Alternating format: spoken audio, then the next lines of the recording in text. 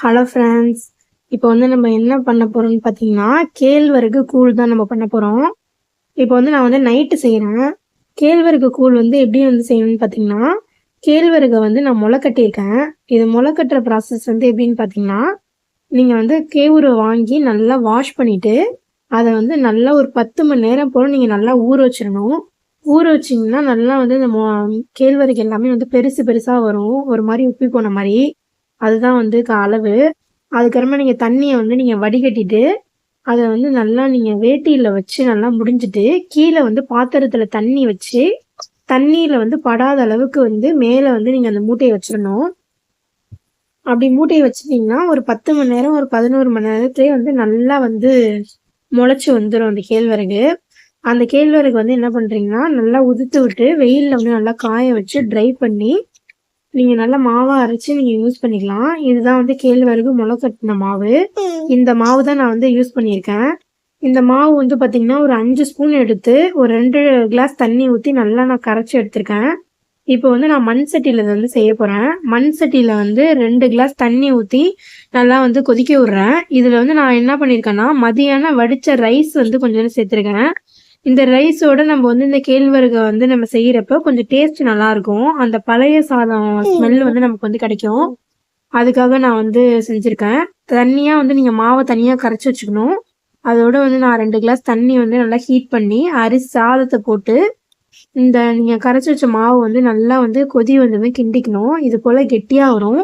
அதுக்கப்புறம் நான் 1 கிளாஸ் தண்ணி வந்து மிக்ஸ் பண்ணி, அதோட வந்து கிண்டிக்கிறேன். அப்பதான் வந்து உங்களுக்கு அடி பிடிக்காம இருக்கும். இப்ப நான் வந்து பார்த்தீங்கன்னா, ரொம்ப ட்ரையாலாம் கிண்ட மாட்டேன். நெறைய 2, 3 கிளாஸ் வந்து எக்ஸ்ட்ராவே தண்ணி ஊத்தி நல்லா வந்து கொதிக்க விட்டுருவேன். அப்பதான் வந்து எனக்கு வந்து செட் ஆகும். எனக்கு வந்து ரொம்ப ட்ரையா கிண்டுறப்ப என்ன ஆகுதுன்னு பார்த்தீங்கன்னா, மாவு வந்து வேகாம வீணா போயிடுது கேழ்வரகு. இதனால வந்து நான் என்ன பண்றேன்னா, நெறைய தண்ணி ஊத்தி நான் வந்து கிண்டிப்பேன்.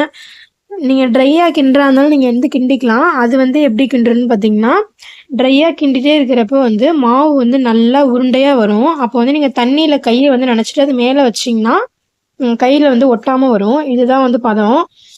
இது வந்து நல்லா தெரிஞ்சவங்க வந்து செஞ்சாங்கன்னா நல்லாருக்கும். எனக்கு வந்து பார்த்தீங்கன்னா, அந்த மெத்தட் வந்து எனக்கு யூஸ் ஆகல. நான் ஒரு டைம் செஞ்சு ரொம்ப மாவு வந்து வீணா போயிட்டு, அதனால நான் வந்து இது போல செய்றது. இது போல செஞ்சதுமே வந்து நல்லாருக்கும்.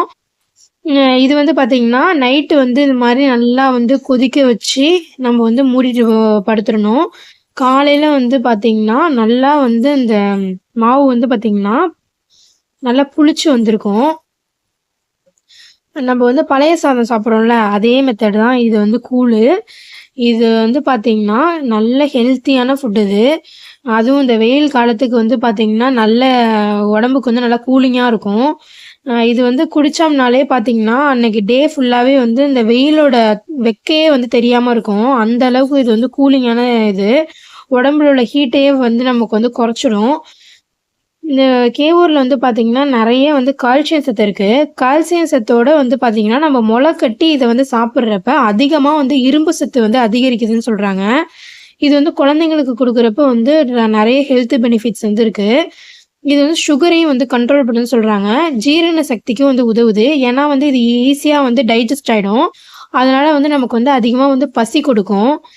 இது வந்து நல்ல ஃபுட்டு. இது வந்து மைண்ட் வந்து ரிலாக்சேஷன் ஆகுதுன்னு சொல்றாங்க. இது எப்பயுமே வந்து நம்ம சொல்லுவோம் தெரியுமா? நம்ம வந்து பழைய சாதம் சாப்பிட்டோம்னா நமக்கு வந்து தூக்கம் வரும் அப்படின்னு சொல்லிட்டு, அதே மெத்தட் தான் இதுவும்.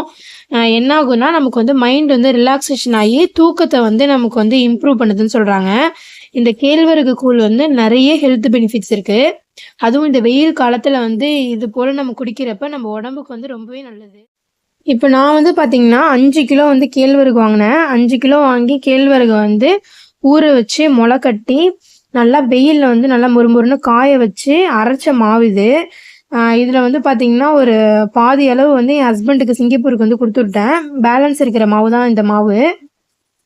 இது வந்து பார்த்தீங்கன்னா, இது வந்து செகண்ட் டைம் வந்து செய்றேன். இது போல கூழு. இது வந்து பார்த்தீங்கன்னா, நல்ல டேஸ்ட்டா இருக்கும். காலையில வந்து நீங்க இதுல வந்து தயிர் போட்டு, ஆனியன் போட்டு, கொஞ்சோண்டு பச்சை மிளகா, கருவேப்பிலை, கொத்தமல்லி இது எல்லாமே நீங்க வந்து ஆட் பண்ணி சாப்பிட்றப்ப வந்து செம்ம டேஸ்ட்டா இருக்கும். இப்ப எங்க தாத்தாலாம் இருக்கிறதுனால வந்து பல்லு இல்ல. அதனால வந்து ஆனியன்லாம் வந்து நாங்க வந்து போட மாட்டேன். ஏன்னா ஆனியன் வந்து கொஞ்சம் டிஸ்டர்பன்ஸ் ஆகும் கூழ் குடிக்கிறப்ப. அதனால வந்து நான் என்ன பண்ணுவேன்னா, வெறுசாவே வந்து தயிரை வந்து போட்டு, உப்பு போட்டு மிக்ஸ் பண்ணி நாங்க அப்படி குடிச்சிருவோம். இப்போ வந்து மார்னிங் வந்து பார்த்தீங்கன்னா, இது போல தான் வந்து இருக்கும். மார்னிங் வந்து நல்லா வந்து ஒரு மாரி அந்த அந்த கொழகொழப்பு தன்மையா வந்து இருக்கும். இது போல தான் வந்து மார்னிங் வந்து இருந்துச்சு. இதில வந்து நான் பார்த்தீங்கன்னா, ஆனியனு, பச்சை மிளகா எதுவுமே வந்து நான் வந்து சேர்க்கல. எதனாலன்னு பார்த்தீங்கன்னா, அ வந்து எங்க மாமாவுக்கு, எங்க தாத்தாக்குலாம் வந்து செட் ஆகாது. அதனால வந்து நான் வெறும் தயிரு, உப்பு மட்டும் தான் வந்து நான் போட்டுருக்கேன். இதுவே வந்து செம்ம டேஸ்ட்டா இருந்துச்சு. இதுக்கு வந்து சைட் டிஷ்ஷா வந்து நீங்க வந்து ஊறுகாய், அப்புறம் வந்து பூண்டு சட்னி, அதுபோல நீங்க வந்து சாப்பிடலாம். ஹெல்த்தியா இருக்கும். இது போல நீங்க ட்ரை பண்ணி பாருங்க. Thank you.